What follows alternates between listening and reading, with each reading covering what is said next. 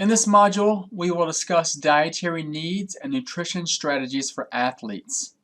Now, the primary goal of nutrition in strength and conditioning is to support athletic performance.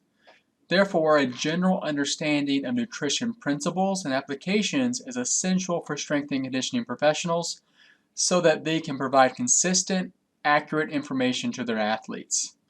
Further, having a list of nutrition professionals that strength and conditioning professionals can refer athletes to for individualized nutrition advice is very important. Now, sports nutrition is a complex, multidisciplinary field. Athletic trainers, strength and conditioning professionals, physicians, exercise scientists, and food service providers have varying degrees of nutrition knowledge. Job responsibilities of these individuals should be outlined based upon the nutrition education and knowledge of the staff member, the type of nutrition information provided, as well as state licensure laws regarding nutrition practice. Now, athletes with complex nutrition issues, such as those with eating disorders, nutrient deficiencies, or specific diseases such as diabetes, should be referred to the appropriate resource, either a team physician or a sports dietitian. Now, the sports dietitian is responsible for providing individualized dietary advice, and a sports dietitian is a registered dietitian with specific education and experience in sports nutrition. So, common certification for sports dietitians is, as you see here, the Certified Specialist in Sport Dietetics, the CSSD. You can see some of the responsibilities of the sports dietitian here that's focused with the certification, including providing individualized and group nutrition counseling to athletes, developing personalized meal or snack plans for athletes, as well as addressing any nutritional challenges to performance and providing medical nutrition therapy as needed. And furthermore, an additional responsibility of a sports dietitian is to evaluate the safety and efficacy of various nutrition supplements that athletes may consume. Now, a sports nutrition coach is a professional who is not a registered dietitian, but has basic training in nutrition and exercise science.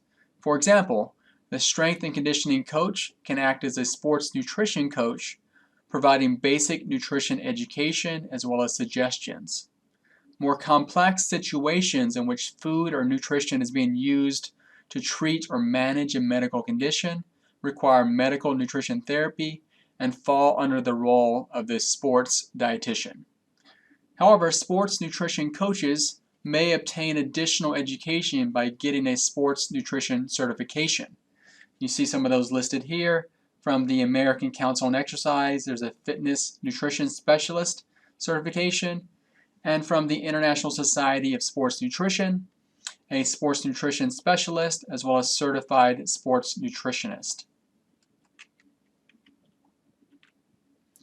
And just for your reference, if you're interested, I included links down here regarding Miami University's performance nutrition, as well as at the University of Connecticut, where I did my doctorate. They have a well-established sports nutrition program, and some more information can be found by clicking on the link down here below.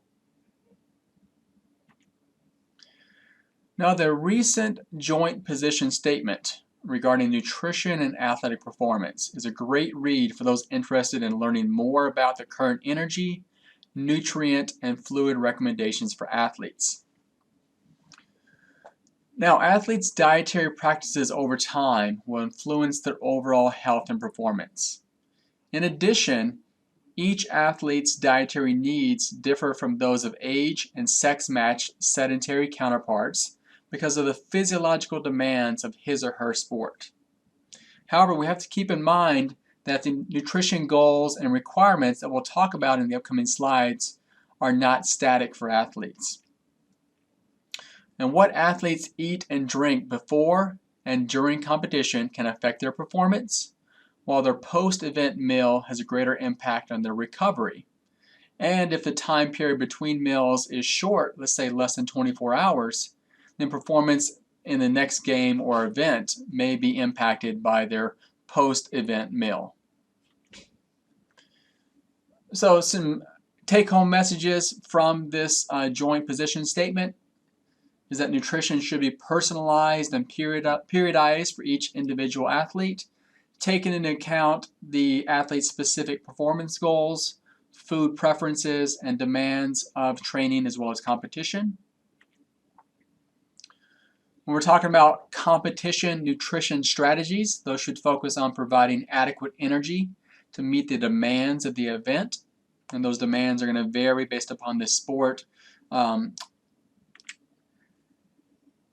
here, athletes should be assisted to carefully consider the use of supplements, and again, this is one of the roles of the sports dietitian, and then recognize that they are the greatest value when added to a well-chosen eating plan. So in other words, supplements should not replace a well-chosen or well-designed eating plan. Another recent review article that may be of interest to some of you is published by the International Society of Sports Nutrition, looking at exercise and sports nutrition research and recommendations, and this was published in 2018. For those who are interested, I'll include a link to this on the Canvas site. So let's first turn our attention to dietary carbohydrate recommendations for athletes. Now, carbohydrate primarily serves as a source of energy. However, carbohydrate is not an essential nutrient because the body can break down the carbon skeletons of amino acids and convert them into glucose, which can then be used for energy. When the simple carbohydrate glucose enters the muscles or liver, if it is not metabolized for energy, then it is synthesized to form glycogen.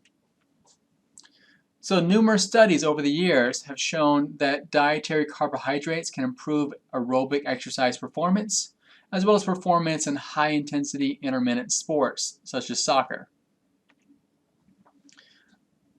A number of studies have also shown that depletion of muscle glycogen, which is the storage form of carbohydrate, is associated with muscle fatigue. And this manifests as either a reduction in work rate, impairment of skill and concentration, as well as an increased perception of effort.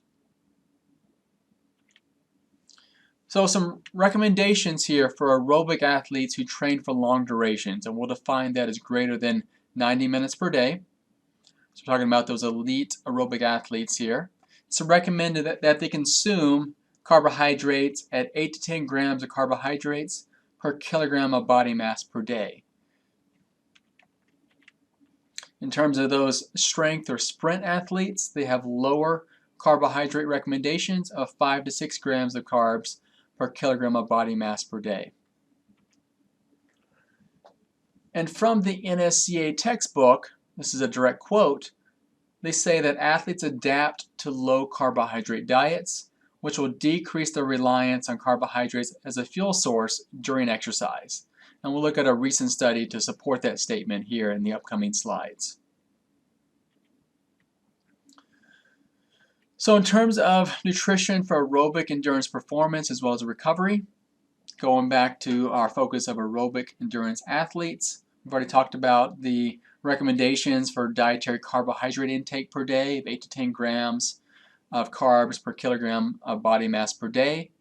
And later on we'll get to protein, but here's the recommendation here for dietary protein for aerobic athletes of 1 to 1.6 grams of dietary protein per kilogram of body mass per day. So we're talking about pre-competition strategies for aerobic athletes. The goal here of the pre-competition meal is to provide fuel as well as hydration. So if the meal is consumed 4 or more hours before the event or race, it's recommended to consume either a range of 1 to 4 grams of carbohydrates per kilogram of body mass, as well as a small amount of protein of 0.15 to 0.25 grams of protein per kilogram of body mass. So what that may look like down here below. Again, the time before competition, we're talking about several hours before competition. So then a sample pre-competition meal for a 150-pound athlete, that would consist of 68 to 272 grams of carbohydrates. That corresponds to the 1 to 4 grams of carbs per kilogram of body mass, and approximately 10 to 17 grams of protein with minimal fat. So a couple sample pre-competition meals here based upon these recommendations would be a cup of Cheerios, 2 cups of Cheerios with 8 ounces of skim milk, maybe throw in some raisins or other fruit, and that's going to bring up the totals here to about 74 grams of carbohydrates, 11 grams of protein, falling right here within the recommended range.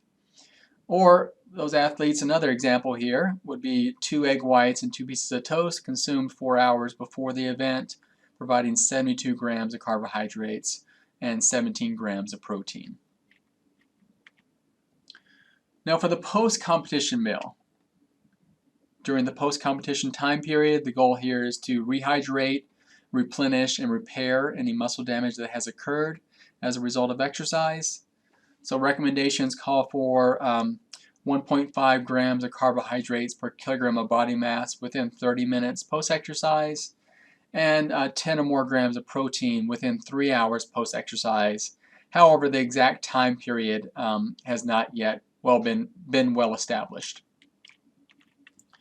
Now if we look at this table from the NSCA textbook, those athletes who choose to eat, let's say 1 to 2 hours before competition, then the requirements here for dietary carbohydrates are lower compared to those who eat 4 more hours, that was as we just talked about. So you can see the dietary carbohydrate recommendations, again, relative to the person's body mass. And you can see a sample pre-competition meal for this same 150-pound athlete and what that meal will actually look like on that athlete's plate.